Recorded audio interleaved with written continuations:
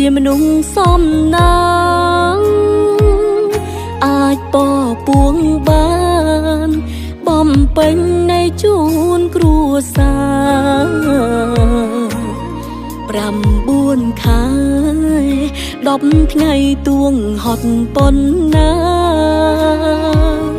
ម៉ែអាចធ្វើបានគ្រប់យ៉ាងដើម្បីកូនថ្លៃ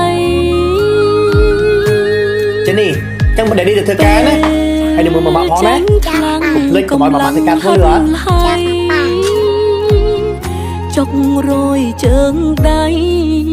គ្មានថ្ងៃណាបានស្រាក់ស្រានម៉ែទ្រាំម៉ែអត់អារម្មណ៍ហេវហត់ពេញប្រាណតែម៉ែស៊ូបានព្រោះចង់ឃើញវត្តមានកូនអារម្មណ៍ឆេវឆាវពេលខ្លាំងឆាប់បាំងទឹកចិត្តនេះជារឿងពិតជីវិតស្ត្រីមានកូនរឹងមាំយ៉ាងណាត្រូវការប្តីជាជំហរសុខភាពម៉ែល្អ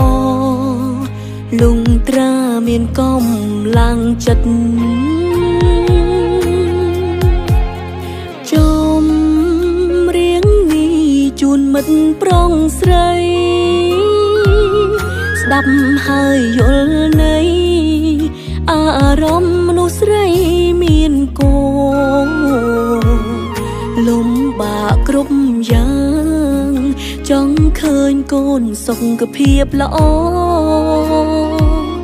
ជាសំណុំពរប្តីជួយមើលថែប្រពន្ធ